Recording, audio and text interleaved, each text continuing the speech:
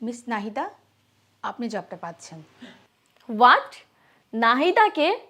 ও কিভাবে এই জব পায়? ও কি এটার জন্য ডিজার্ভ করে? জবটা আমি ডিজার্ভ করি, আপনি ওকে দিচ্ছেন জব? কি বললেন আপনি?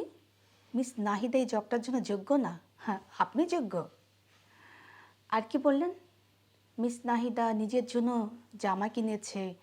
মিস রাহি, আপনি তো বাচ্চাদের 2000 টাকা খাইয়েছেন, আর বাকি 1000 টাকা কোথায় গেল? আপনি তো পুরোটাই মিথ্যে বলেছেন। আর আপনি কিভাবে দাবি করেন যে আপনি চাকরির জন্য যোগ্য? ম্যাম প্লিজ আমাকে লাস্টবারের মতো একটা সুযোগ দেন, আমি আর কখনো এরকম কাজ করব না। ম্যাম প্লিজ আমাকে এই জবটা দেন, আমার এই জবটা খুবই নিট।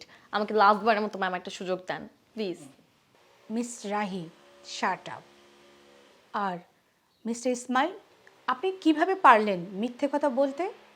আপনি কিভাবে বললেন আমাকে যে বাবা মায়ের জন্য আপনি কাপড় চোপড় কিনেছেন? বুঝলাম, আপনি 2000 টাকার বাবা মায়ের জন্য কাপড় চোপড় কিনেছেন, কিন্তু আর 1000 টাকা এটা কি করলেন?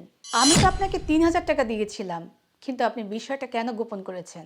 আর আপনারা দুজন কি বললেন? আমি ওকে কেন চাকরি দিয়েছি? আরে, আমিও তো ওকে 3000 টাকা দিয়েছিলাম, ও তো আপনাদের মতো মিথ্যে কথা বলেনি। ও আমাকে 1000 টাকা ফেরত দিয়েছে, আর ও নিজের জন্য জামা কিনেছে।